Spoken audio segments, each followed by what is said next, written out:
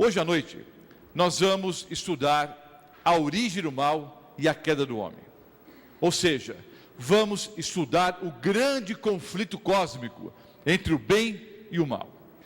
Nós sabemos que há duas forças no universo. Uma para o bem, outra para o mal.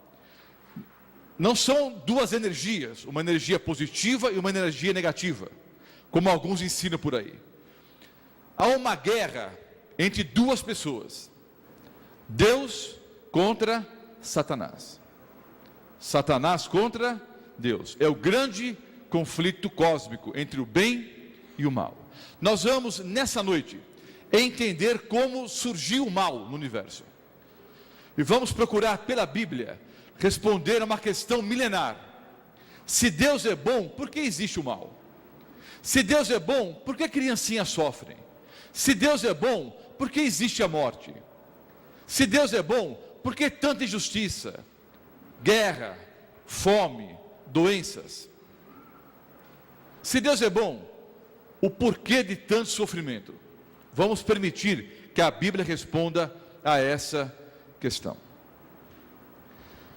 Eu não sou muito de assistir televisão. É praticamente impossível assistir televisão comigo, porque eu pego o controle remoto e fico mudando a cada 10 ou 15 segundos. Eu não aguento ficar mais do que 10 ou 15 segundos em cada canal. Então eu fico mudando constantemente. Em uma dessas noites por aí, eu, mudando ali os canais, parei num programa de entrevistas, porque me chamou a atenção um homem que estava ali sendo entrevistado. Não vou citar o nome dele, por uma questão ética, mas ele é um líder religioso, pelo menos se autodenomina padre, não sei se é mesmo, e ele costuma dizer, isso não existe, aquilo não existe, não existe, não existe. E eu fiquei pasmo quando parei para ouvir um pouco a entrevista, e ele explicitamente afirmou que Satanás não existe, que o diabo não existe, que esse negócio de diabo, de Satanás, de anjos maus, tudo isso é invenção das igrejas cristãs para assustar os fiéis.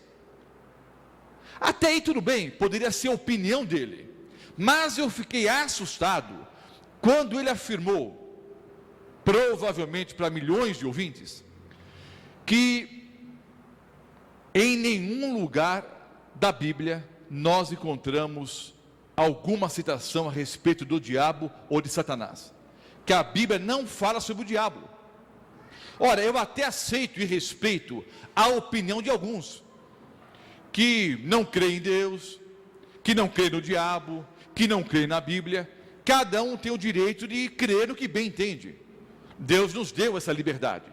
Mas eu fico assustado quando uma pessoa que se autodenomina líder religiosa, uma líder religiosa, que se autodenomina padre, vem a público dizendo que a Bíblia não fala sobre o diabo. Aliás, essa é uma das grandes estratégias que o inimigo usa. Vejam bem, eu creio que o diabo existe. Creio que existe um ser chamado Satanás, que tem consigo milhares de anjos. Nós vamos ver isso na Bíblia daqui a pouquinho. Mas é estratégia desse ser terrível e inteligente, é estratégia dele para nos pegar desprevenidos, a ideia que ele não existe. Vejam só, se nós estamos numa guerra entre o bem e o mal, se estamos num campo de batalha, mas nós sequer acreditamos que o inimigo existe, nós não vamos estar preparados para o combate. Então, entre tantas ideias extraordinárias que o demônio teve, talvez uma das mais brilhantes foi essa: ele inventou a ideia que ele não existe. Se as pessoas pensarem assim, se ele conseguir convencer as pessoas que ele não existe, nós, seres humanos, vamos estar desprevenidos e despreparados para o combate contra o mal. Então eu preciso entender, queridos, o que a Bíblia fala sobre esse assunto. Uma grande parte dos textos já aparece no quadro. para nós ganharmos um pouco de tempo. Mas você pode acompanhar ou no quadro, nos slides, ou acompanhar na sua Bíblia. Eu vou ler o texto do profeta Ezequiel. Ezequiel capítulo 28, os versículos 11 a 17. Entendam, esse texto que nós vamos ler agora, refere-se a Lúcifer. O nome Lúcifer significa portador de luz. Lúcifer significa portador de luz. O texto que nós vamos ler agora refere-se a esse ser. Vejam só. Veio a mim a palavra do Senhor dizendo: Filho do homem, levanta uma lamentação contra o rei de Tiro. O rei de Tiro aqui é um símbolo, é um tipo de Lúcifer ou de Satanás. E diz-lhe: assim diz o Senhor Deus, tu és o sinete da perfeição. Insisto, essas palavras bíblicas se referem a Lúcifer. Tu és o sinete da perfeição, cheio de sabedoria e formosura. Estavas no Éden, jardim de Deus. De todas as pedras preciosas te cobrias: o sárdio, o topázio, o diamante, o berilo, o ônix, o jaspe, a safira, o carbúnculo e a esmeralda. De ouro se te fizeram os engastes e os ornamentos. No dia em que foste criado, foram eles preparados. Tu eras querubim da guarda ungido, e te estabeleci. Permanecias no monte santo de Deus. No brilho das pedras andavas. Perfeito eras nos teus caminhos, desde o dia em que foste criado, até que se achou iniquidade em ti. Notem, era um ser perfeito, querubim da guarda ungido, estava no jardim do Éden. Esse ser se cobria de todas as pedras preciosas. Alguns estudiosos bíblicos até afirmam que essas pedras preciosas foram criadas especialmente para esse anjo. Perfeito ele era nos seus caminhos, até o dia em que se achou iniquidade nesse ser. Ontem nós falamos sobre alguns mistérios da Bíblia. Esse é o mistério da iniquidade. Esse ser perfeito, que estava ao lado de Deus, que era criatura de Deus, em determinado momento da sua existência, ele se rebelou contra Deus, até que se achou iniquidade em ti. Na multiplicação do teu comércio, se encheu o teu interior de violência, e pecaste, pelo que te lançarei profanado fora do monte de Deus, e te farei perecer, ó querubim da guarda, em meio ao brilho das pedras. Elevou-se o teu coração por causa da tua formosura, corrompeste a tua sabedoria por causa do teu resplendor. Lancei-te por terra, diante dos reis te pus, para que te contemplem. Ezequiel 28, os versículos 11 a 17. Esse ser, um anjo perfeito, criado por Deus, em determinado momento da sua vida, ele rebelou-se contra o Criador. A criatura voltou-se contra o Criador.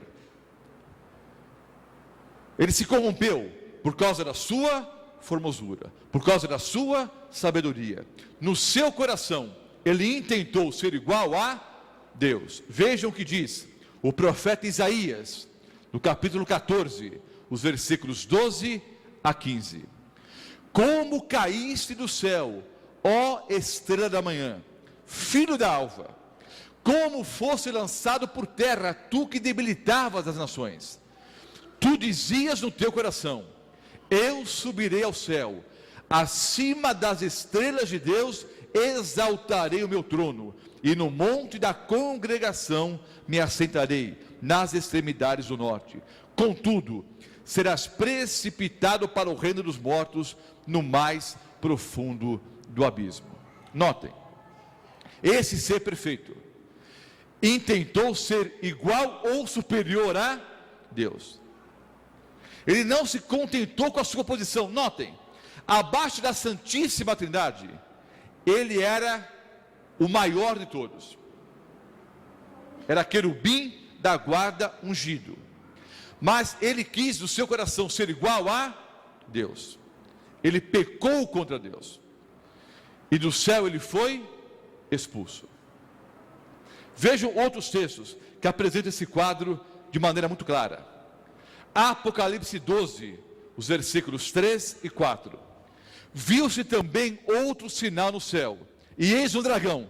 O dragão é aquele símbolo de Satanás. A sua cauda arrastava a terça parte das estrelas do céu, as quais lançou para a terra. Leio ainda o capítulo 12, os versículos 7 a 9. Houve peleja no céu. Miguel e os seus anjos pelejaram contra o dragão. Também pelejaram o dragão e os seus anjos. Todavia não prevaleceram, nem mais se achou no céu o lugar deles. E foi expulso o grande dragão, a antiga serpente, que se chama Diabo e Satanás, o sedutor de todo mundo. Sim, foi atirado para a terra e com ele os seus anjos. Vejam bem, esse ser perfeito, que não tinha nenhum pecado, intentou em seu coração ser igual a Deus. Deus criou os anjos e nós, seres humanos, com livre arbítrio. Ao falar daqui a pouquinho sobre a queda do homem, eu vou explicar melhor o que é livre-arbítrio. Mas Deus criou os anjos e nós, seres humanos, com livre-arbítrio. E Satanás, então, usando a sua liberdade de escolha, tomou uma decisão errada, rebelou-se contra Deus. E Lúcifer, que significa portador de luz, tornou-se Satanás, que significa o enganador. No livro do Apocalipse, o dragão é símbolo do diabo, é o símbolo de Satanás. Lemos no texto do Antigo Testamento que na multiplicação do seu comércio, o seu coração se encheu de pecado. Multiplicação do comércio significa ir de ouvido em ouvido, vendendo as suas ideias. Lúcifer no céu, ele conseguiu enganar a terça parte dos anjos. O texto de Apocalipse 12 fala justamente a respeito disso. Apocalipse 12 fala justamente sobre isso. A guerra que houve no céu. E como Satanás do céu foi expulso. E ele arrastou consigo a terça parte dos anjos.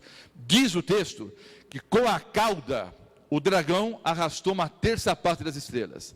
As estrelas no texto de Apocalipse 12 simbolizam os anjos. E a cauda simboliza a mentira. Vejam bem, os répteis têm a sua força onde?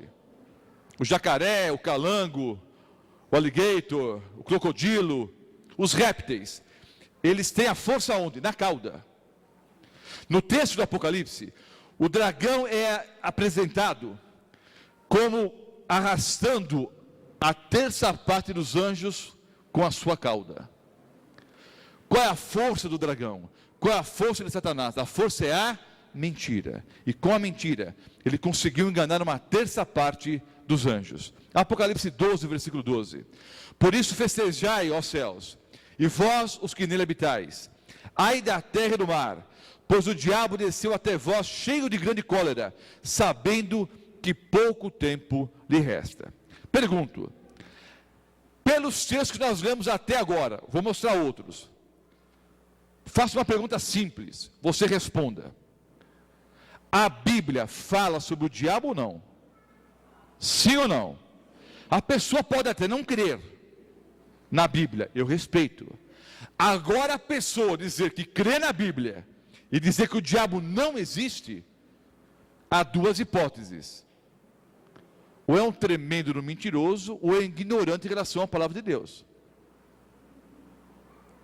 Provavelmente é mentiroso, porque ignorante as pessoas que não estudam a Bíblia não podem ser. Ignorantes não são. Então há muitos líderes religiosos por aí, queridos, e eu digo com respeito, porque há bons líderes religiosos e maus líderes religiosos. Há fruta boa e fruta ruim em todo lugar. Há ovelhas e bodes, há o joio e o trigo, mas há muitos líderes religiosos por aí pregando mentiras e citando a Bíblia para defender as suas mentiras. Então precisamos estar alertas em relação a isso. Imaginem, um líder religioso vai a público dizendo que Satanás não existe e diz que a Bíblia em nenhum lugar cita o diabo. Como a maioria dos brasileiros não tem cultura bíblica, quando ouve um padre, um pastor, um bispo falar, eles pensam que aquela pessoa tem autoridade para falar e respeitam a autoridade. Então, para muitas pessoas, o que o pastor falou, o que o padre disse, o que o bispo pregou, é a pura verdade. Nas primeiras aulas nós dissemos que para conferir se aquilo que o pastor Mota, ou qualquer outro pastor ou padre diz é verdade, eu preciso conferir na Bíblia. Então as pessoas que ouviram, por exemplo, o homem dizendo, o diabo não existe, a Bíblia não fala sobre o diabo, se não forem até a palavra de Deus para conferir, vão ser o quê? Enganados. Mas se forem à Bíblia, vão descobrir que ele é ou ignorante ou mentiroso. Ignorante não é, só pode ser mentiroso. 1 Pedro 5, versículo 8. O que o apóstolo Pedro diz? Sede sóbrios e vigilantes. O diabo, vosso adversário, anda em derredor como leão, que ruge procurando alguém para devorar. O apóstolo Pedro diz que o diabo é o nosso adversário, e que está ao redor, preparado para nos devorar, para nos destruir. Por isso temos que ser sóbrios e vigilantes. Agora, como eu disse no início da palestra, se eu penso que o diabo não existe, como é que eu vou me preparar para lutar contra ele? Então o apóstolo Pedro diz, cuidado, sede sóbrios, vigilantes, estai preparados para a batalha, porque o diabo está ao redor, pronto para atacar, pronto para devorar. Lucas 10, o versículo 18, veja o que disse nosso Senhor e Salvador Jesus Cristo. Mas ele aqui no contexto é Jesus, mas Jesus lhes disse, eu via Satanás caindo do céu como um relâmpago. Então o Senhor Jesus diz que viu Satanás caindo do céu. Então, segundo a Bíblia, o Senhor Jesus entende que o diabo existe ou não? Sim. Houve uma guerra no céu. O diabo lutou contra Jesus e do céu ele foi expulso. Aquele que pratica o pecado procede do diabo, porque o diabo vive pecando desde o princípio. Primeira carta do apóstolo João, o capítulo 3, o versículo 8. Vós sois do diabo, que é vosso pai, e quereis satisfazer os desejos. Ele, o diabo, foi homicida desde o princípio, e jamais se firmou na verdade. Não está sublinhado o texto na Bíblia, sublinha para chamar atenção. O diabo jamais se firmou na verdade, porque nele não há verdade. Quando ele, o diabo, profere mentira, fala do que lhe é próprio, porque é mentiroso e pai da mentira. João 8, 44. Essas palavras foram pronunciadas pelo nosso Senhor e Salvador, Jesus Cristo. Ele diz que o diabo é o pai da mentira. Ele não se firmou na verdade. Então vejam, resumindo o que estudamos até aqui. O diabo existe. Foi criado por Deus. Não como o diabo, mas como Lúcifer, um anjo perfeito, portador de luz. Mas esse anjo perfeito, portador de luz, tinha o livre-arbítrio, tinha liberdade para escolher se permaneceria fiel a Deus ou não. E esse ser perfeito rebelou-se contra Deus. E houve uma guerra no céu, uma peleja no céu. E do céu ele então foi expulso. E ele conseguiu, com a mentira, enganar uma terça parte dos anjos. Ele foi expulso com os anjos do céu. Ele não foi expulso aqui para a terra. Ele foi simplesmente expulso do céu. Deus não disse, olha, sai daqui e vai para a terra. Não. Nós vamos ver daqui a pouquinho como foi que ele entrou nesse planeta. Deus não expulsou Satanás e seus anjos do céu e os mandou aqui para a terra, não. Nós vamos ver que os nossos primeiros pais abriram as portas do planeta para que o inimigo entrasse. Satanás não se firmou na verdade. Aí vem a questão: onde está a verdade? João 17:17, palavras do nosso Senhor e Salvador Jesus Cristo: santifica-os na verdade, a tua palavra é a verdade. Para eu não ser enganado, queridos, eu preciso estudar a Bíblia. Preciso gastar tempo para estudar a Bíblia, para que eu não seja enganado. Há muitas pessoas mentirosas por aí, inclusive muitas pessoas que são pregadores, são ministros, e se apresentam como servos de Deus, como ministros de Deus, estão por aí pregando a mentira. Não estou jogando pedra em ninguém, não estou citando nome de religião, nome de pastor, de padre, nada. Só estou alertando que você precisa estudar a Bíblia. E o alerta quem dá não é o pastor Mota. O alerta quem dá é o nosso Senhor e Salvador, Jesus Cristo. Eu tenho que estar atento, estudando a palavra de Deus, para não ser o quê? Enganado. A Bíblia é o escudo contra a mentira. A arma que nós cristãos usamos contra a mentira é a verdade. E a Bíblia é a verdade. A Bíblia é a palavra de Deus. Satanás continua enganando hoje. Vejam o texto bíblico.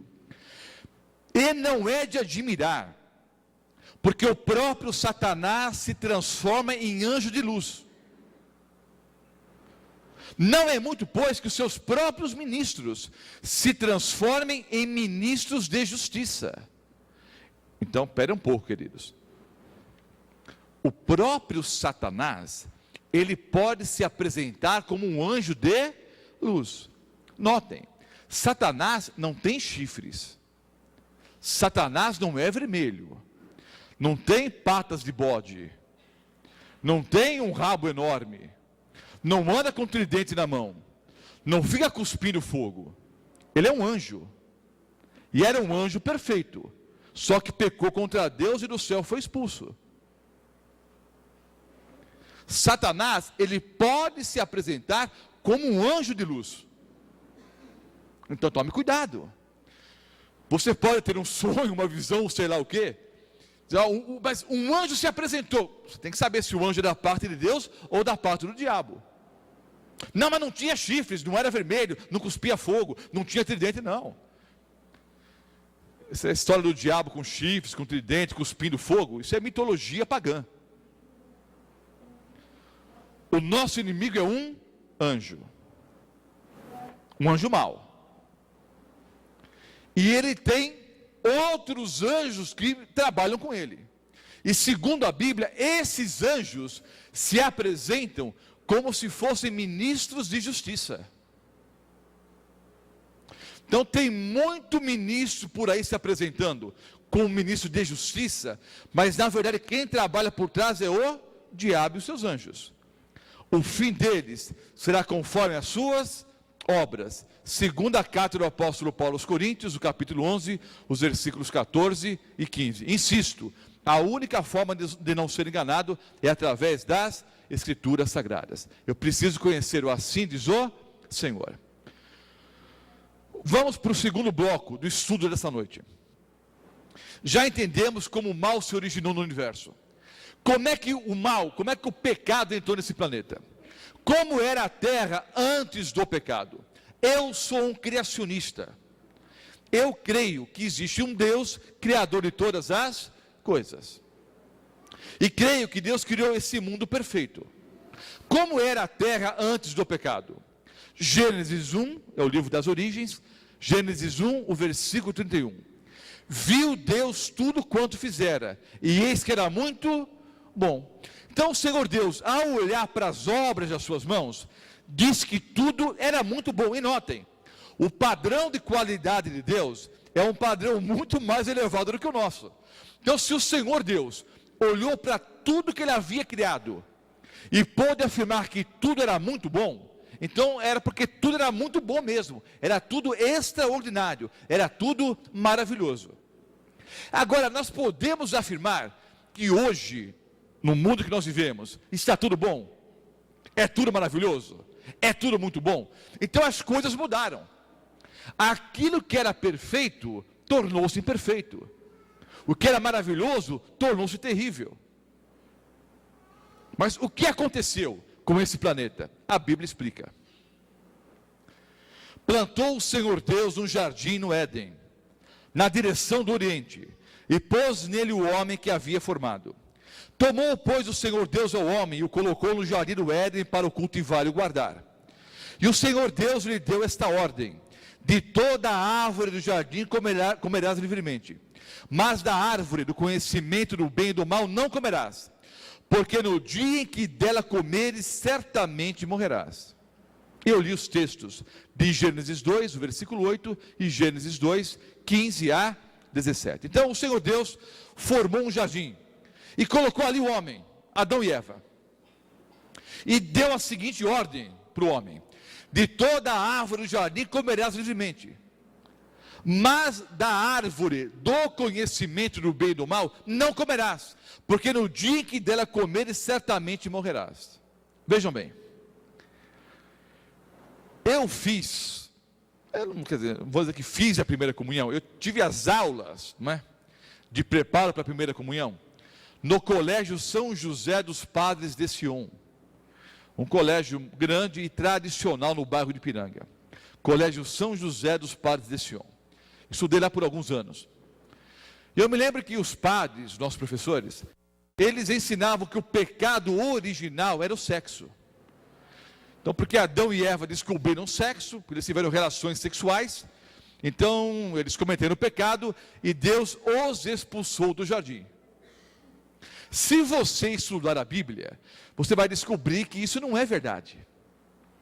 Porque antes que o pecado entrasse nesse planeta, a Bíblia diz, depois leia Gênesis capítulo 1, capítulo 2, capítulo 3, que é tudo que nós vamos apresentar aqui nesse momento. Antes do pecado entrar nesse planeta, a Bíblia diz que Deus criou homem e mulher, macho e fêmea.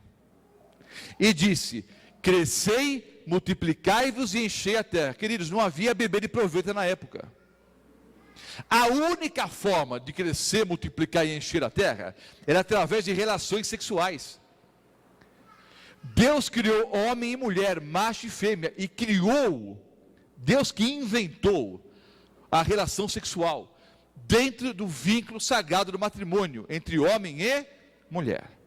Eu vou dizer uma coisa agora que pode ofender alguns internautas, pode ofender algumas pessoas que nos ouvem agora pelo Novo Tempo, e talvez ofenda um ou outro aqui esta noite. Mas entenda uma coisa, amados irmãos, amadas irmãs. A Bíblia diz que Deus criou macho e fêmea. O cabra tem que ser macho e a mulher tem que ser fêmea. Isso é bíblico. Deus criou macho e fêmea, homem e mulher. E Deus deu a ordem: crescei, multiplicai-vos e enchi a terra. Foi Deus que inventou a relação sexual, o ato sexual entre homem e mulher dentro do vínculo sagrado do matrimônio. Então essa ideia de que o pecado original foi o sexo não resiste ao primeiro capítulo de Gênesis. Não foi o sexo, foi Deus que inventou o sexo. E nós só vamos entender, queridos, o que é o prazer, o verdadeiro prazer sexual, quando Deus puder abençoar o nosso relacionamento. E Deus só pode abençoar o relacionamento entre marido e mulher, no vínculo sagrado do matrimônio. Foi Deus que inventou o sexo e o prazer sexual. Então qual foi o pecado original? A Bíblia é clara. O Senhor Deus disse: vocês podem comer de toda a árvore do jardim. Eu não sei quantas árvores frutíferas existiam no jardim do Éden. Alguém me disse certa vez, eu não conferi se isso procede ou não, mas que só no Brasil existem mais de 200 espécies de laranjas. Algumas são modificadas pelo homem, enxertos e coisas parecidas, mas o fato é que havia com certeza milhares disperses frutíferas no jardim do Éden.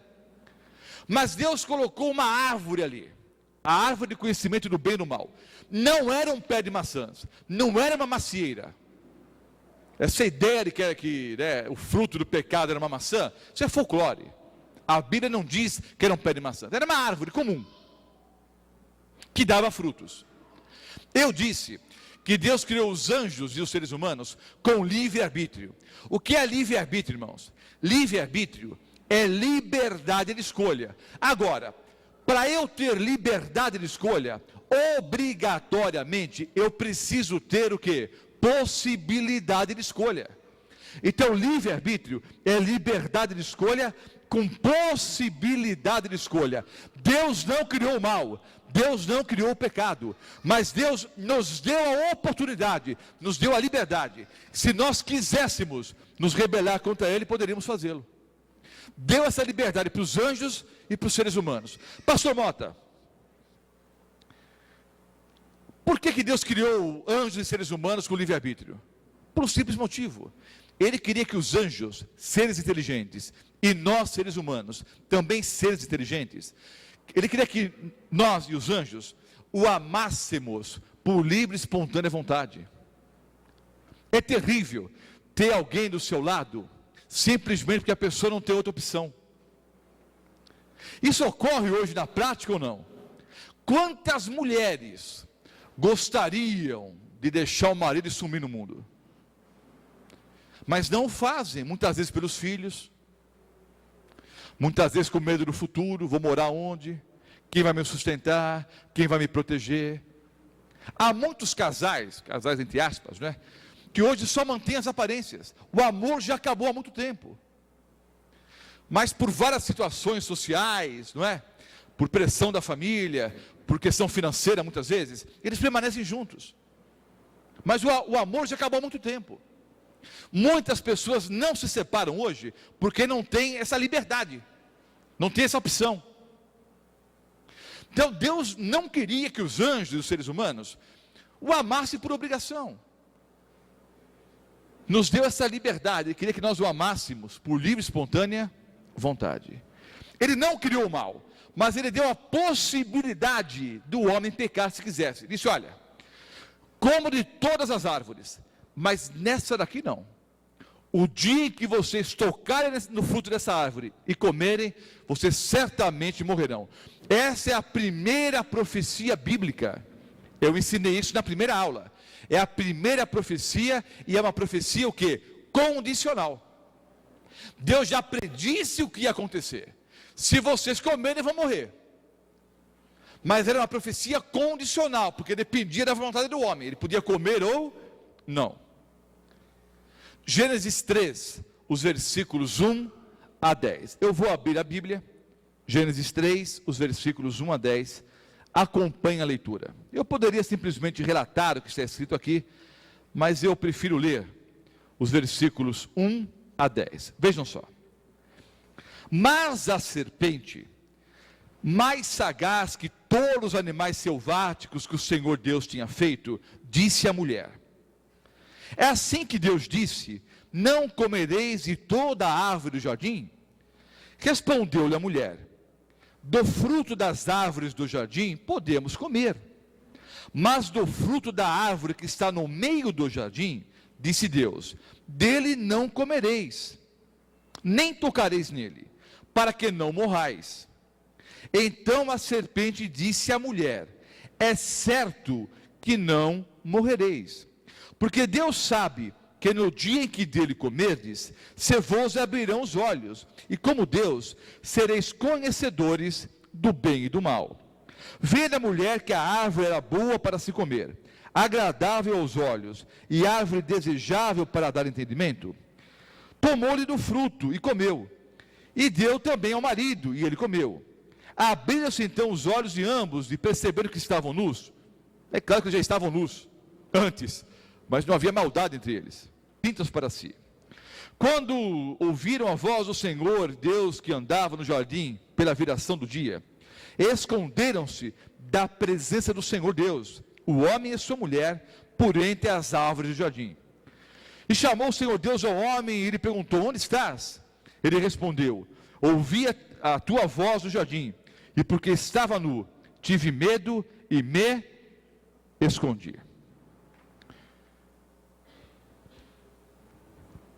A mulher, andando pelo jardim, chegou até a árvore de conhecimento do bem e do mal. E ali estava a serpente. Pergunto: originalmente a serpente falava? Sim ou não? É claro que não. Nenhum animal falava. Mas Satanás incorporou na serpente. Satanás tomou posse do corpo da serpente e ficou na árvore. Quando Eva chegou perto da árvore, o demônio chamou. A mulher deu ouvidos ao demônio, ouviu a serpente, e a serpente disse: não é assim que Deus disse, que vocês podem comer de todas as árvores do jardim? A mulher respondeu: Deus disse que de todas as árvores do jardim podemos comer, menos da árvore que está no meio do jardim, dessa árvore aqui. Porque Deus disse que no dia em que dela comermos, certamente o quê? Nós vamos morrer.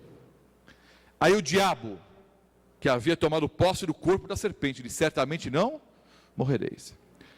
Porque Deus sabe que no dia que vocês comerem desse fruto, vocês serão o quê? Iguais a Deus, conhecedores do bem e do mal. E a mulher então, seduzida pela serpente, tomou do fruto e comeu, e deu do fruto também para o seu marido. Vamos analisar um pouco o texto. Primeiro, a serpente não falava. O demônio tomou posse da serpente. Quando Eva começou a conversar com a serpente, eu pergunto: o diabo, através da serpente, contou um monte de mentiras? Sim ou não? Sim ou não? Não. O demônio quase que só falou verdades. Mas no meio das verdades, ele jogou uma mentira. Veja o que ele disse: não é assim que o Senhor Deus disse, de todas as árvores do jardim comereis livremente? Isso é verdade ou mentira? É verdade. O demônio começou a falar várias verdades, e no meio das verdades jogou uma mentira. Essa estratégia ele mantém até os dias de hoje. O demônio nunca chega para você contando um monte de mentiras, porque nós somos ingênuos, mas nem tanto. Se ele contar um monte de mentiras, em determinado momento, nós vamos entender que estamos sendo ludibriados. Mas qual é a estratégia do diabo? Ele conta um monte de verdades, e no meio das verdades ele joga uma mentira. Fiquem atentos, porque ele continua trabalhando da mesma forma. Aí o diabo disse: certamente não morrerás. Essa é uma mentira. Queridos, o que eu vou dizer agora é uma frase dura para os internautas que me ouvem, é dura para algumas pessoas que estão aqui hoje à noite, é dura para aqueles que vão assistir depois, não é, os DVDs ou a própria palestra na internet. Mas nós encontramos aqui, queridos, a primeira sessão espírita do planeta Terra, dirigida pela mesma pessoa que dirige todas as outras, Satanás e os seus anjos. Notem, houve incorporação do espírito ou não? Sim. E qual foi a frase do diabo? Certamente não morrerás. Não, você não vai morrer não. Você vai para um lugar melhor, vai para um andar de cima, vai para o paraíso. Não é a mesma história hoje? Não, você não morre não. Nós vamos, numa próxima aula, estudar sobre o estado do homem na morte. Vocês vão descobrir uma coisa extraordinária, queridos. Para a Bíblia, quando a pessoa morre, ela morre mesmo. Não tem esse negócio, foi para um lugar. Se foi para um lugar melhor, não morreu. Nós vamos descobrir numa próxima aula que quando a pessoa morre, morre mesmo. Então o demônio disse: certamente não morrerás. E veja só, a prova visual. A serpente estava comendo do fruto. E não apenas não tinha morrido, como estava falando ainda. O diabo continua trabalhando assim, iludindo as pessoas através do visual, através daquilo que você pode ver, que você pode tocar, que você pode sentir. Olha, mas eu estou com medo do fruto. Eu não apenas não morri, como estou falando. Deus está enganando vocês. O diabo continua trabalhando assim. Cuidado, porque o diabo, segundo a Bíblia, pode operar tantos sinais, ele pode até fazer fogo descer do céu. Cuidado, as aparências enganam, pelos seus frutos os conhecereis. Então a mulher tomou do fruto e comeu. Pergunto, quando foi que a mulher pecou? Quando ela tomou do fruto ou quando ela comeu o fruto? Nem quando tomou, nem quando pegou o fruto, nem quando comeu. Ela já havia pecado quando no seu coração ela intentou ser igual a Deus. Não, eu vou comer do fruto para ser igual a Deus. Ali ela já havia pecado. O tomar o fruto, o pegar o fruto e comer, foi simplesmente externar o pecado que já estava no seu coração. Por isso que o Senhor Jesus disse: se alguém olhar para uma mulher com intenção impura no seu coração, já o que? Já adulterou. Se alguém odeia o seu irmão, já cometeu o que? Homicídio. Sabe aquela história? Eu como pastor já ouvi várias vezes essa história. Pastor, o homem chorando, pastor, eu nunca tinha pensado em enganar minha esposa. Eu nunca pensei em trair minha esposa, mas eu fui fazer uma visita ali, e chegou a mulher mal vestida ali, com pouca roupa, e ela me seduziu, e eu caí, pastor. Eu nunca havia pensado em trair minha esposa. Mentira. Se ele não tivesse pensado em trair, não teria traído. Ele já havia pensado, já havia imaginado, já havia sonhado, já havia fantasiado, já havia paquerado. O dia que ele teve a oportunidade, ele simplesmente externou o pecado que já estava no seu coração. Ninguém pega um pedaço de pau de um dia para o outro e mata seu amigo, mata seu irmão. O homicida, ele já vai alimentando o ódio há muito tempo. Ele já odeia no coração. O amor já acabou. Quando ele tem a chance, ele simplesmente pratica o ato. Por exemplo, Caim já odiava Abel há muito tempo. Ele não teve uma crise de nervos numa hora lá e matou o irmão, não. Ele já odiava Abel há muito tempo. Quando ele teve chance, teve oportunidade, de simplesmente o quê? Externou o pecado que já estava no seu coração. Ninguém entra no supermercado, especialmente os jovens fazem isso, as crianças fazem muito isso, ou faziam, Ninguém entra no mercado e rouba o chiclete de um dia para o outro. A criança olhou, entrou, olhou, já pensou, já teve o desejo, aí teve medo, olhou de um lado para o outro, não teve coragem, voltou a segunda vez, o dia que ela tem chance, ela vai e consuma o ato que já está no seu coração. Entenderam? Eva já havia pecado quando ela quis ser igual a Deus. O tomar do fruto e comer foi simplesmente o que? A execução, a consumação do pecado que já estava na sua mente e no seu coração. Queridos, há uma frase antiga no meio cristão: eu não posso impedir que os passarinhos voem pelo céu, mas eu posso impedir que façam um ninho na minha cabeça. As tentações estão por aí. Eu não posso impedir as tentações, mas eu posso impedir pelo livre-arbítrio que a tentação faça morada na minha mente e no meu coração.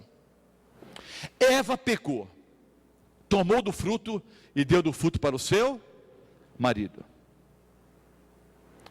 Adão não foi enganado, como Eva foi, mas ele pegou do fruto e também comeu. E agora eles perceberam que estavam nus. Sempre estiveram, mas havia como que uma aura de luz que cobria ambos.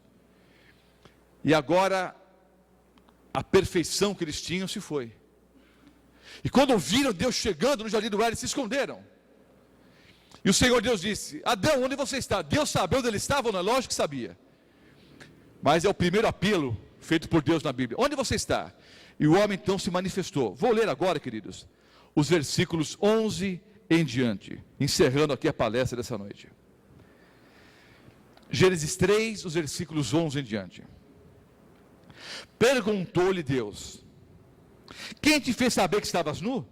Comesses da árvore que te ordenei que não comesses? Então disse o homem: a mulher que me deste por esposa, ela me deu da árvore e eu comi.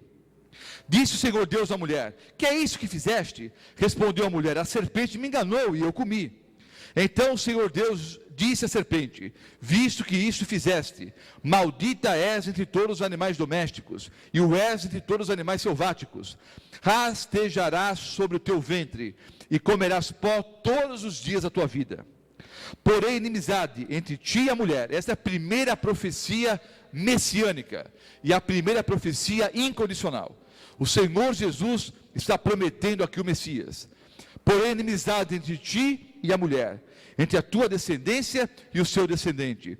Este te ferirá a cabeça, e tu lhe ferirás o calcanhar. E a mulher disse: multiplicarei sobremodo os sofrimentos da tua gravidez, em meio de dores dará à luz filhos, e o teu desejo será para o teu marido, e ele te governará. E Adão disse: visto que atendesse à voz da tua mulher, e comesse da árvore que eu te ordenara que não comesses, maldita é a terra por tua causa, em fadigas obterás dela o sustento, durante os dias da tua vida. Ela produzirá também cardos e abrolhos, e tu comerás a erva do campo. No suor do teu rosto comerás o teu pão, até que tornes a terra, pois dela foste formado, porque tu és pó, e ao pó tornarás. E deu o homem o nome de Eva, a sua mulher, por ser a mãe de todos os seres humanos. Fez o Senhor Deus vestimenta de peles para Adão e a sua mulher, e os vestiu. Então disse o Senhor Deus: eis que o homem se tornou como um de nós, conhecedor do bem e do mal. Assim que não estenda a mão e tome também da árvore da vida, e coma e viva eternamente. O Senhor Deus por isso o lançou fora do jardim do Éden, a fim de lavrar a terra de que fora tomado. E expulso o homem, colocou querubins ao oriente do jardim do Éden, e o refugiu de uma espada que se revolvia para guardar o caminho da árvore da vida. Vamos lá, queridos. Deus fez o apelo, chamou o homem: homem, onde você está? Deus já sabia, mas é o primeiro apelo bíblico. O homem se manifesta, diz: eu me escondi. Mas por que você estava com medo? Se escondeu por quê? Você comeu da árvore que eu proibi que você comesse? Deus obviamente já sabia de tudo isso, mas o homem disse o que, queridos? O que ele falou? Adão pôs a culpa em quem? Não pôs na mulher, não. Adão pôs a culpa em Deus. Vejam o que Adão disse: a mulher que o Senhor me deu por companheira, me deu do fruto e eu comi. Em outras palavras: Senhor, a culpa é sua. Se o Senhor tivesse feito uma mulher um pouquinho melhor, não teria feito essa bobagem. A culpa é do Senhor. O Senhor que criou Eva. Aí Deus olha para a mulher: mulher, o que você fez? A mulher pôs a culpa em quem? Não pôs na serpente, não. A frase não é tão explícita quanto a frase de Adão, mas está implícita no contexto aqui. Eva colocou a culpa em Deus. A serpente. Quem criou a serpente, queridos? Deus. A serpente que o Senhor criou. A frase não é explícita assim, mas está implícita, não é? A serpente que o Senhor criou me deu do fruto e eu comi. Adão pôs a culpa em Deus, e a mulher pôs a culpa em Deus. Desde que o pecado entrou no planeta, a tendência pecaminosa do homem é pôr a culpa em Deus. Hoje, você enfrenta um problema, uma dificuldade, e diz: por que comigo, Senhor? Por que comigo, Deus? Por que está acontecendo isso comigo, Senhor? Por que esse castigo? E nós que nascemos num lar católico, eu nasci num lar católico, nós, desde pequenininhos, e alguns evangélicos também educam os filhos assim, com a seguinte frase: cuidado, Deus está vendo, Deus castiga, Deus está vendo, Deus castiga. Então qualquer coisa que enfrentamos no dia a dia, achamos que é castigo de Deus. Você vai a uma cerimônia fúnebre, e está ali um corpo sem vida, e as pessoas ao redor do caixão ali, ao redor do corpo sem vida, e você ouve as seguintes frases: Deus o levou. Às vezes uma mãe chorando: por que, Senhor? Vocês percebem como a tendência pecaminosa do homem é pôr a culpa em Deus? Mas, queridos, Deus não é o culpado por nada. O culpado é Lúcifer, o culpado é o diabo, Satanás, o dragão, o nome que você quiser dar para ele. A Bíblia traz muitos nomes para o inimigo. E culpados foram nossos primeiros pais, que permitiram que o demônio tomasse posse do planeta. Deus não expulsou o demônio para cá. Deus não criou a terra como lixão do universo. Deus criou um lugar perfeito. Só que deu livre-arbítrio para os nossos primeiros pais. E os nossos primeiros pais abriram as portas do planeta para o demônio. E o pecado entrou nesse mundo. E com o pecado a dor, o suor, a morte, o sofrimento. Entenda uma coisa hoje, meu amado irmão, minha amada irmã. Você que me assiste agora. Os problemas que você enfrenta hoje, ou enfrentou no passado, não se devem ao fato de você ter pedido alguma coisa a Deus e Deus não atendeu. É justamente o contrário. Deus nos mostra o caminho que leva para a felicidade, mas nós andamos pelo outro caminho. Pare para pensar um pouco na sua vida hoje. Deus foi o culpado? Foi Deus que falou com você? Você hoje que é infeliz no casamento, eu te pergunto, Deus foi o culpado? Não avisaram você, não casa com esse camarada que é fria? Você foi avisada, minha irmã. Deus até usou algumas pessoas para te orientar, olha, cuidado, esse casamento não vai dar certo. Você foi avisada, mas insistiu. O problema é seu, você é culpada, não Deus. Deus não mostrou para você, rapaz, que aquele amigo era mau amigo? Até os seus pais te avisaram, não se envolva com esse rapaz, ele não é gente boa. Mas você manteve a amizade, hoje sofre as consequências. Deus não mostrou para você, jovem, que aquele namorado não tinha nenhuma intenção boa em relação a você? Mostrou, os seus pais te avisaram também. Mas você insistiu no erro. Deus não mostrou para o senhor que aquele negócio não ia dar certo? Até sua esposa disse, cuidado com esse negócio, não vai dar certo. Cuidado com esse sócio, ele é desonesto. Entenda uma coisa, eu posso ficar a noite inteira repetindo aqui problemas que nós enfrentamos. O fato é o seguinte, Deus não é o culpado. Os anjos maus são culpados e nós, você e eu, nós somos culpados pelas decisões erradas que nós tomamos. Deus não é culpado por nada, mas a tendência pecaminosa do homem é pôr a culpa em Deus. É pôr a culpa em Deus. Algumas questões filosóficas lançadas ao longo dos milênios. Deus é onisciente ou não? Sim ou não? Sim. Deus sabia que o homem ia pecar? Sim ou não? Sim. Por que criou então?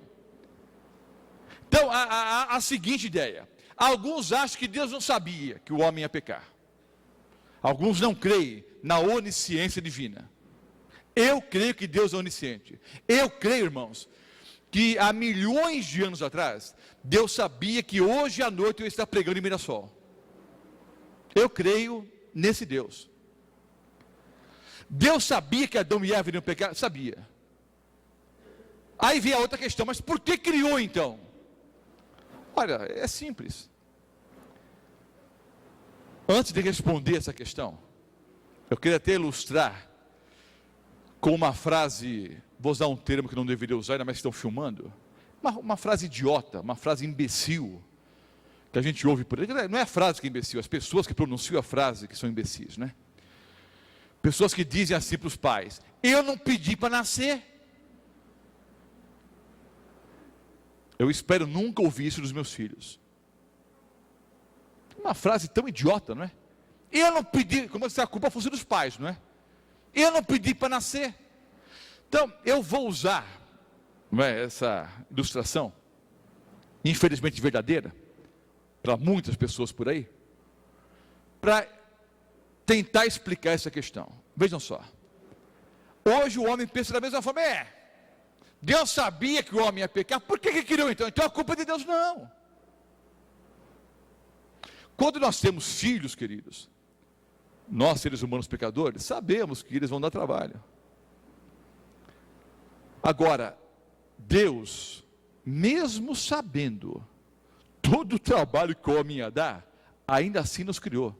Mais do que isso, raciocinemos juntos. Se você tem um único filho, esse filho te ama, te obedece, é um filho carinhoso, te respeita, te ama, mas você tem o desejo de ter um segundo filho, só que você tem plena certeza que o segundo filho vai ser desobediente, vai ser mal criado, só vai te dar trabalho, é por causa do segundo filho, o primeiro vai morrer. Você teria um segundo filho, sim ou não? Sim ou não? Mamães, respondam, sim ou não? Não. Notem, Jesus não é criatura, Jesus é criador. Explicamos isso ontem à noite, ao estudarmos sobre a Santíssima Trindade. Mas apenas como exemplo, e os exemplos humanos sempre ficam muito aquém das realidades divinas. Às vezes usamos palavras humanas para explicar coisas divinas e não explicamos como deveríamos. Mas vejam só, o Senhor Deus, mesmo sabendo que Jesus teria que morrer em nosso lugar na cruz do Calvário, ainda assim nos criou. Vou mais além ainda, Jesus é o Criador. Quando o Senhor Jesus formou Adão do pó da terra e soprou nas suas narinas o fôlego de vida, naquele momento o Senhor Jesus já sabia que teria que morrer por causa de Adão, porque o Senhor Jesus é o Cordeiro que foi morto quando? Antes da fundação do mundo. Significa o que isso? Antes que a terra existisse, Jesus já sabia que teria que morrer por causa do pecado do homem, e ainda assim nos criou, queridos. Em vez de usarmos esse argumento, por que criou então? Em vez de usarmos esse argumento para minimizar, ou para diminuir a onisciência divina, para diminuir o caráter de Deus, eu deveria, na verdade, exaltar a Deus por isso. Já sabendo de antemão que o homem ia pecar, e por causa do pecado do homem, Jesus teria que morrer na cruz do Calvário, ainda assim Ele nos criou. Isso é uma baita de uma prova de amor. E queridos, se não nos tivesse criado, nós não estaríamos vivos aqui hoje. É aquela frase idiota de alguns por aí: eu não pedi para nascer, mas se não fosse seus pais, eu estaria vivo aqui hoje. Então, se Deus não tivesse criado Adão e Eva, eu não estaria vivo aqui hoje. E Jesus morreu em meu lugar. Eu posso hoje, em aceitando a Jesus como Salvador e Senhor, ter a vida eterna ainda. Então, não diminuam a onisciência divina, pelo contrário, é para mim, talvez a maior prova de amor na Bíblia. Imagine Jesus, criando Adão, sabendo que ia ter que morrer por ele. Isso é uma baita de uma prova de amor, queridos. E agora o homem é expulso do jardim do Éden. Qual foi a maior consequência do pecado do homem, queridos? Romanos 5,12. Porquanto assim como por um só homem entrou o pecado no mundo, e pelo pecado a morte, a maior consequência é a morte. O salário do pecado é a morte. Assim também a morte passou a todos os homens, porque todos pecaram. Morte é o salário do pecado. Adão morreu na hora ou não? Não. Mas pelas consequências do pecado ele morreu.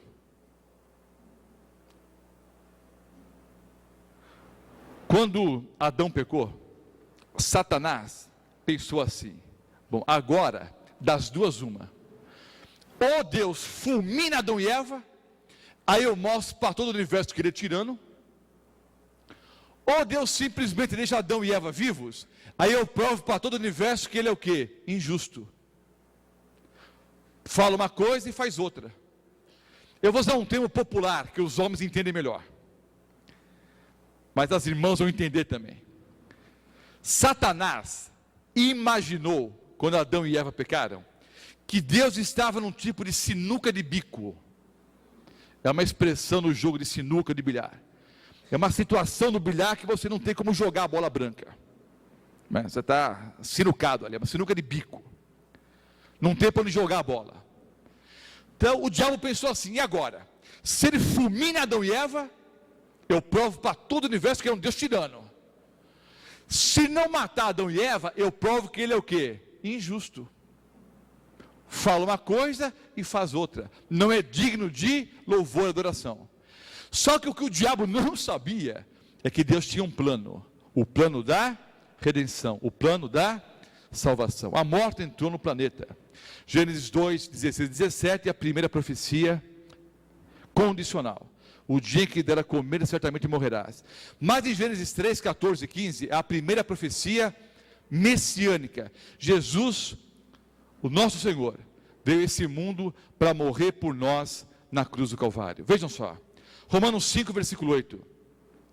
Deus prova o seu próprio amor para conosco, pelo fato de ter Cristo morrido por nós, sendo nós ainda pecadores. Porque Deus amou o mundo de tal maneira, que deu seu Filho unigênito, para que todo aquele que nele crê não pereça, mas tenha a vida eterna. Porque Deus enviou seu Filho ao mundo, não para que julgasse, ou não para que condenasse o mundo, mas para que o mundo fosse salvo por ele. João 3, 16 e 17. Deus tinha um plano, o plano da salvação, o plano da redenção.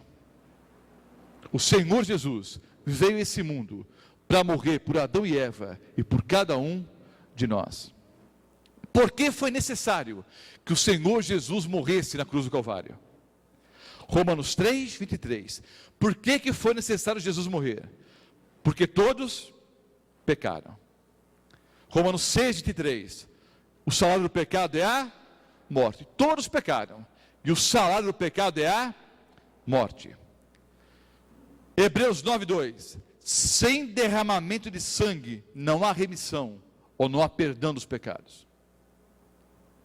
Todos pecaram. O salário do pecado é a morte. E sem derramamento de sangue não há remissão dos pecados, não há perdão. 1 Coríntios 15, versículo 3. Cristo morreu pelos nossos pecados. 1 Pedro 3, 18. Pois também Cristo morreu uma única vez pelos pecados, o justo pelos injustos. Ao estudarmos sobre a Trindade ontem, nós vimos que um anjo não poderia pagar nossa dívida. Uma outra criatura não poderia pagar nossa dívida. O Senhor Jesus tomou a decisão de cancelar a condenação que estava contra nós. O salário do pecado é a morte, mas o dom gratuito de Deus é a vida eterna, através de Cristo Jesus. Cristo veio, o salário do pecado é a morte, ele veio e pagou o salário, morrendo em nosso lugar. Quando aceitamos a Jesus como Salvador e Senhor, recebemos então a vida eterna. Porque, como pela desobediência de um só homem, Adão, muitos se tornaram pecadores, assim também, por meio da obediência de um só, Jesus Cristo, muitos se tornarão o quê? Justos. Romanos 5, 19. Atos 4, 12. Em nenhum outro há salvação, porque debaixo do céu nenhum outro nome há dado entre os homens em que devamos ser salvos. Só Jesus Cristo salva. Só o Senhor Jesus Cristo salva. Pelo sangue de Cristo nós somos salvos, perdoados e transformados. A profecia messiânica de Gênesis 3,15 se cumpriu quando? Quando o Senhor Jesus ele encarnou e se fez homem. Quando ele morreu na cruz e ao terceiro dia ressuscitou. A profecia de Gênesis 3 se cumpriu. Cristo morreu na cruz do Calvário, ressuscitou e pisou na cabeça da serpente. O diabo já é um inimigo vencido. Continue em atividade por pouco tempo, porque o Senhor Jesus brevemente voltará a esse planeta e vai dar a cada filho, a cada um que o aceitou como Salvador e Senhor, a coroa da vida eterna. O que é que eu tenho que fazer hoje para me beneficiar da morte, do sacrifício de Cristo na cruz do Calvário? O que é que eu tenho que fazer hoje? A Bíblia explica. Atos 16, 31. Crê no Senhor Jesus e serás salvo tu e a tua casa. Crê no Senhor Jesus Cristo e serás salvo tu e a tua casa. João 1, versículo 12. Mas a todos quantos o receberam, deu-lhes o poder de serem feitos filhos de Deus, a saber, aos que creem no seu nome. Todos que creem no nome de Jesus são filhos de Deus. João 10, 27 e 28. As minhas ovelhas ouvem a minha voz. Eu as conheço e elas me seguem. Eu lhes dou a vida eterna. Jamais perecerão eternamente. E ninguém as arrebatará da minha mão. Queridos, o mal surgiu no céu. Pasmem, mas foi isso que aconteceu. Um ser perfeito rebelou-se contra Deus. Do céu foi expulso. Não foi expulso para a terra. Os nossos primeiros pais abriram as portas do planeta. E o demônio e os seus anjos entraram aqui. Adão e Eva pecaram. O salário do pecado é a morte. Mas Deus tinha um plano. O plano da salvação. O plano da redenção. Jesus veio a esse lugar, a esse mundo. E morreu em nosso lugar na cruz do Calvário. Ao terceiro dia ressuscitou. Está vivo hoje. À destra de Deus Pai Todo-Poderoso. De onde há de vir julgar os vivos e os mortos. Todos nós que aceitamos a Jesus como Salvador e Senhor, temos o que? A vida eterna. Crê no Senhor Jesus, será salvo tu e a tua casa. Encerro contando uma historinha que eu ouvi quando era criancinha, lá no bairro de Ipiranga. Minha mãe contou, eu nunca mais esqueci. É uma história verdadeira, simplesinha, que eu conto para as criancinhas na igreja. Vou contar para as criancinhas e também, né, para as criançonas que somos nós. Um índiozinho gostava de trabalhar com artesanato. Ele era um artesão nato. Ele pegava pedaço de madeira e com canivete fazia cachorrinho, tucano, arara, papagaio, barquinhos. Parte do artesanato ele vendia para conseguir um trocadinho. Alguns objetos que ele trabalhou e fez um barquinho. De tudo que ele havia feito na vida, o que ele mais amava era aquele barquinho. Era um barquinho lindo, perfeito segundo ele. Perto da aldeia onde morava o índiozinho, tinha um grande rio. E todos os dias, bem cedinho, o índiozinho ia brincar com o barquinho no rio. Mas, em determinada época, tinha chovido muito a semana toda, e o nível do rio tinha subido, a correnteza estava um pouco mais forte. Brincando com o barquinho escapou das suas mãos. E você sabe que os índios nadam muito bem.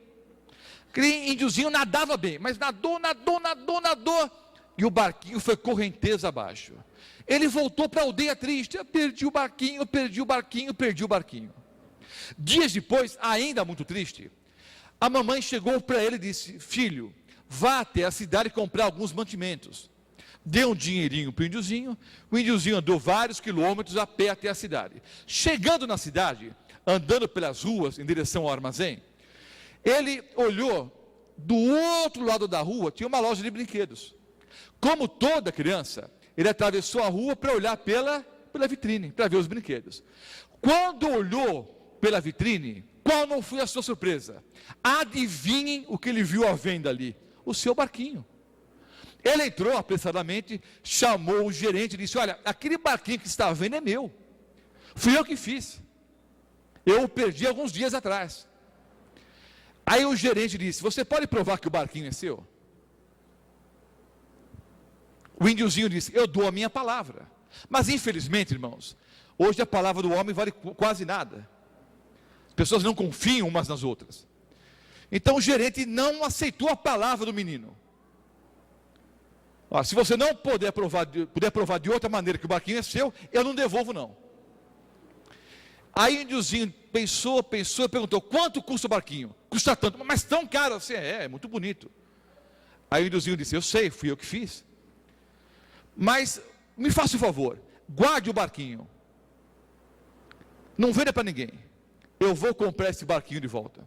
Voltou para a aldeia, até se esqueceu dos mantimentos, se esqueceu da listinha que a mãe havia feito, voltou para a aldeia, e a mãe: ué, moleque, cadê os mantimentos? Ah, mãe, eu esqueci e tal. Pegou uma caixa velha, alguns trapos, pediu um dinheirinho para a mamãe, voltou para a aldeia e comprou graxa preta e graxa marrom. E todos os dias, podia chover, podia fazer sol, podia fazer frio, fizesse o tempo que fizesse, o índiozinho ficava o dia inteiro na cidade engraxando sapatos. Depois de alguns dias, ou de algumas semanas, ele conseguiu dinheiro suficiente, voltou, não é, para a loja, chamou o gerente e disse: olha, o senhor não vendeu o barquinho? Não, não vendi não. Aí ele pegou e jogou várias moedas em cima do balcão. O gerente conferiu, viu que estava certo, pegou o barquinho embaixo do balcão. Quando ia embrulhar o barquinho, o índiozinho disse: não precisa embrulhar não, não é para presente, é meu mesmo. Aí o índiozinho pegou o barquinho e saiu da loja. E como algumas crianças, ele tinha o costume de conversar com o brinquedo. Então ele abraçava o barquinho, beijava o barquinho e dizia: barquinho, eu te amo. Abraçava o barquinho, beijava o barquinho e dizia: barquinho, eu te amo. E quer saber de uma coisa? Eu te amo 2 vezes. A primeira vez, porque eu te criei. E a segunda vez, porque eu te comprei de volta. Eu te amo 2 vezes. Sabe, queridos, o que Jesus mais amava era conversar com Adão e Eva no jardim do Éden. Conversar com o homem, a obra-prima das mãos de Deus. A maior alegria de Jesus era conversar com o homem face a face no jardim do Éden. Mas como estudamos hoje à noite, o homem tomou uma decisão errada e foi correnteza abaixo no mundo de pecado.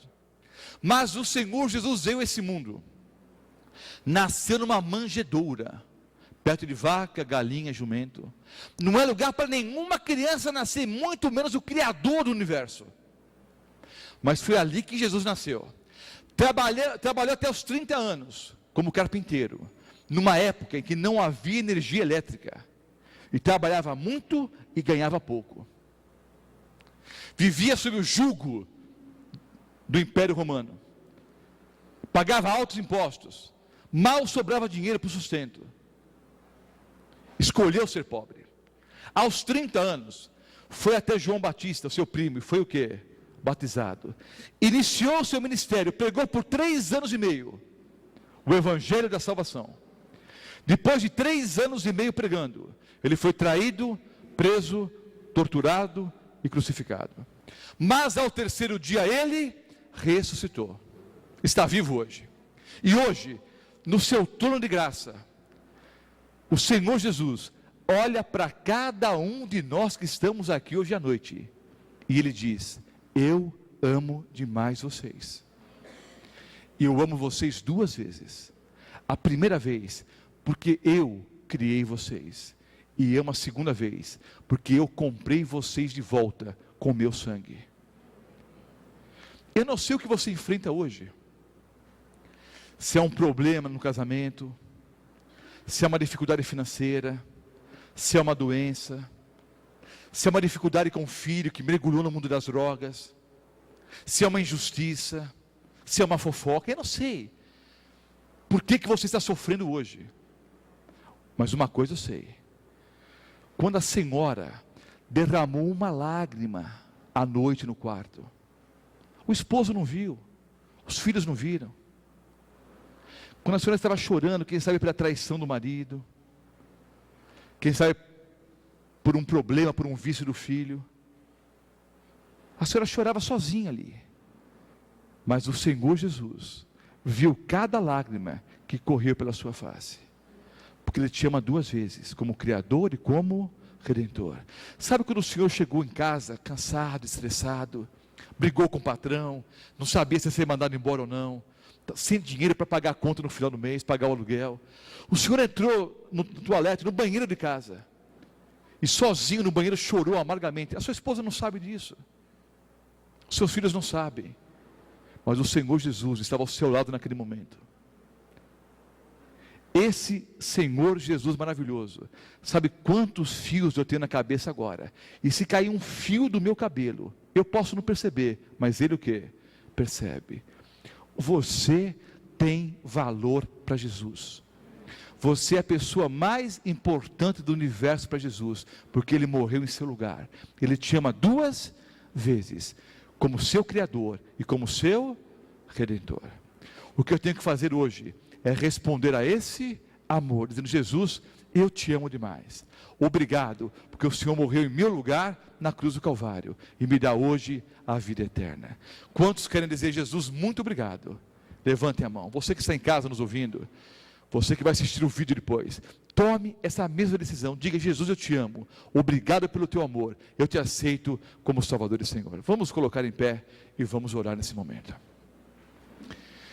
Amado Pai Celestial, nessa noite estudamos e entendemos a origem do mal.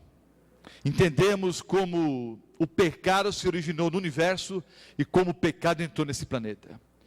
Mas acima de tudo entendemos que o Senhor tem uma solução para o pecado. E a solução foi ter enviado o seu único filho para morrer por nós na cruz do Calvário. O Senhor nos amou de tal maneira que deu o seu único filho, para que todo aquele que crê em Jesus não pereça, mas tenha a vida eterna. Nessa noite, nós respondemos ao amor de Cristo. Nós abraçamos a Jesus como Salvador e Senhor, mais uma vez nesse momento, da certeza absoluta de que receberemos das suas mãos a coroa da vida eterna. Sabemos que o salário do pecado é a morte, mas sabemos que o dom gratuito de Deus é a vida eterna.